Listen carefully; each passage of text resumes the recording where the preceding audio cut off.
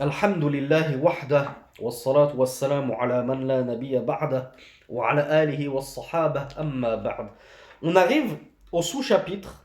Cheikh Fawzan nous dit Bab فيما يحرم على المحدث مزاولته من الأعمال. Ce qu'il est interdit à la personne en état de hadath. Et je vous ai dit maintenant on ne traduit plus. On vous a suffisamment traduit. Ce sont des mots que vous devez apprendre. Donc la personne en état de hadath, il y a des choses qui lui sont interdites de pratiquer.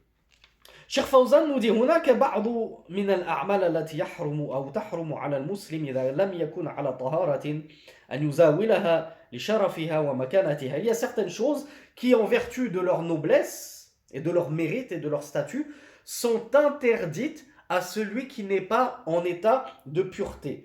Il nous dit وهذه الأعمال نبينها لك بالأدلة. Et ces choses-là, nous allons te les exposer avec les preuves.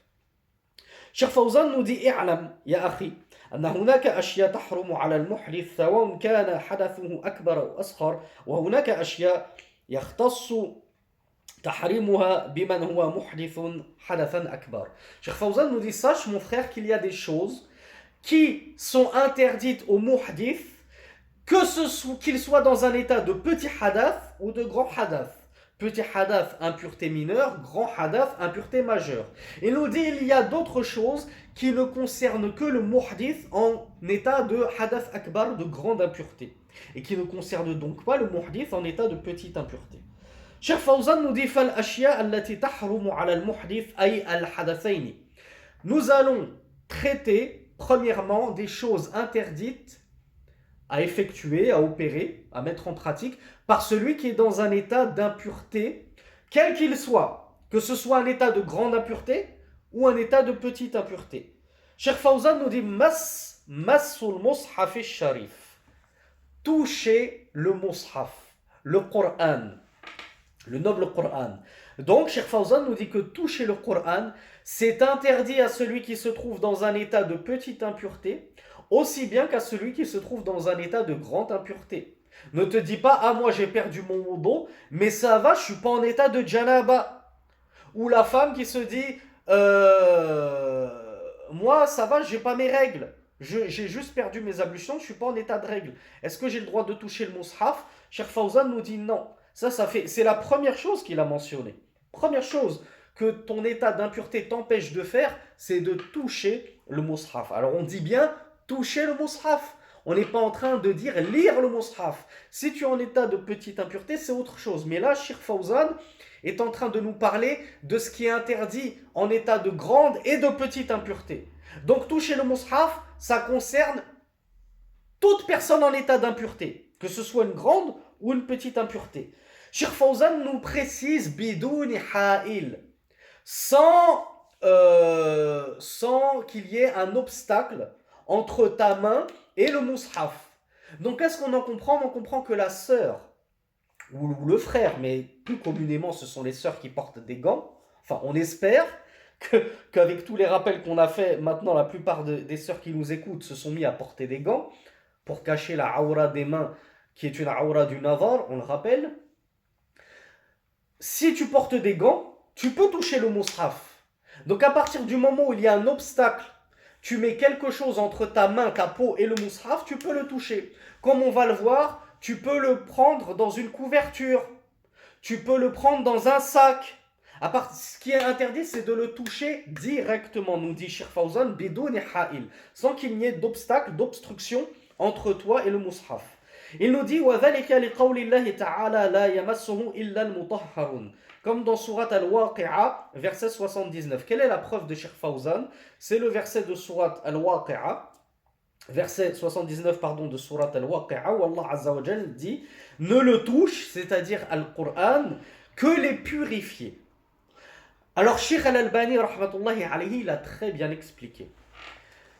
Les savants ont divergé, là j'ouvre une petite parenthèse parce que c'est important, on va essayer d'aller vite pour ne pas trop s'étaler, mais les savants ont divergé sur ce qui est voulu par ne le touche que les purifiés. Qui sont les purifiés? Cheikh Fawzan l'atteste lui-même, il le reconnaît lui-même, il a dit ici, le véritable tafsir de ce verset, c'est que les purifiés ce sont les anges. Et le Coran qu'il est mentionné ici, c'est At-Tanzil, c'est la descente. Donc la descente, on parle du Coran qui est au ciel, dans Al-Lawhul Mahfouz, la table bien gardée. Et cette table bien gardée ne la touchent que les purifiés, les nobles anges qu'Allah Azza wa Jal a purifiés de toute souillure, et ils sont immaculés, ne peuvent pas pécher, désobéir à Allah subhanahu wa ta'ala. Donc, il y a des savants contemporains, notamment Sheikh Al-Albani, qui ont dit, étant donné que ce verset ne nous concerne pas, nous, pourquoi? Parce que nous ne sommes pas les mutahharoun, les purifiés, mais nous sommes plutôt les mutatahhiroun. Alors ceux qui n'ont pas quelques prémices, quelques bases dans la langue arabe, auront du mal à comprendre la différence. Mais il y a une différence linguistique, sémantique entre mutahhar, qui veut dire avoir été purifié, et mutatahhir, qui veut dire celui qui se purifie. Nous les êtres humains, nous sommes des gens qui nous purifions. Avec le wudu, avec le ghusl. Mais nous ne sommes pas des êtres purifiés. Là, on va aux toilettes. Contrairement aux anges. Les anges, Allah les a purifiés. Ils sont immaculés. Ils sont blancs. Et ce verset les concerne eux. Donc Sheikh Al-Albani nous dit, puisque ce verset ne nous concerne pas nous, puisque nous ne sommes pas des mutahharoun, mais nous sommes des mutatahhiroun, donc nous avons le droit de toucher le Coran, même en état d'impureté. Ça, c'était l'avis de Sheikh Al-Albani. Il est pertinent, mais la majorité des savants, comme le rapporte Sheikh Fawzan, hafizahullah, et Sheikh Fawzan nous dit que Ibn Taymiyyah a dit que c'était madhabu al-a'immatil arba'a, c'est le madhab des 4 imams. Tu n'as pas le droit de toucher le Coran en état d'impureté. C'est le madhab d'Abu Hanifa, c'est le madhab de Malik, c'est le madhab de Shafi'i, c'est le madhab de l'imam Ahmed. Et Sheikh Fawzan nous dit, et certes, si ce verset-là concerne bien les anges et le Coran qui est dans la tablette bien gardée au ciel, ce verset n'empêche qu'il est une indication pour nous, al-Bashar, nous dit Sheikh Fawzan. Allah nous a donné ce verset pour nous indiquer que ce Coran est si noble que nous aussi, même si nous ne sommes pas des mutahharoun, des purifiés, de la même façon, nous ne pouvons toucher ce Coran qu'en état de pureté complète. Donc ça, c'est l'avis de Cheikh Salih Al-Fawzan. Et Cheikh al-Islam Ibn Taymiyyah nous dit que c'était l'avis des 4 écoles. Et Cheikh Fawzan rapporte une autre preuve en faveur de l'avis majoritaire. Il nous dit, en admettant que ce verset ne parle que des anges, comme l'a dit Cheikh Al-Albani rahmatullahi alayhi, Cheikh Fawzan nous dit, il y a tout de même un hadith qui va dans le sens que nous les hommes, et les femmes bien évidemment, si on n'est pas en état de pureté, on ne peut pas toucher le Coran. Il y a un hadith clair qui le stipule clairement. Et c'est le hadith de Amr ibn Hazm qui a dit, lorsque Rasulullah l'a envoyé au Yémen, il lui a dit, La yamassa al-Qur'an illa tahir, que ne touche le Coran qu'une personne pure, tahir, donc c'est-à-dire une personne qui se purifie. Donc la majorité des savants ont dit, regardez, ceci est une preuve qu'on ne peut pas toucher le Coran sans avoir fait ses ablutions, sans être en état de purification.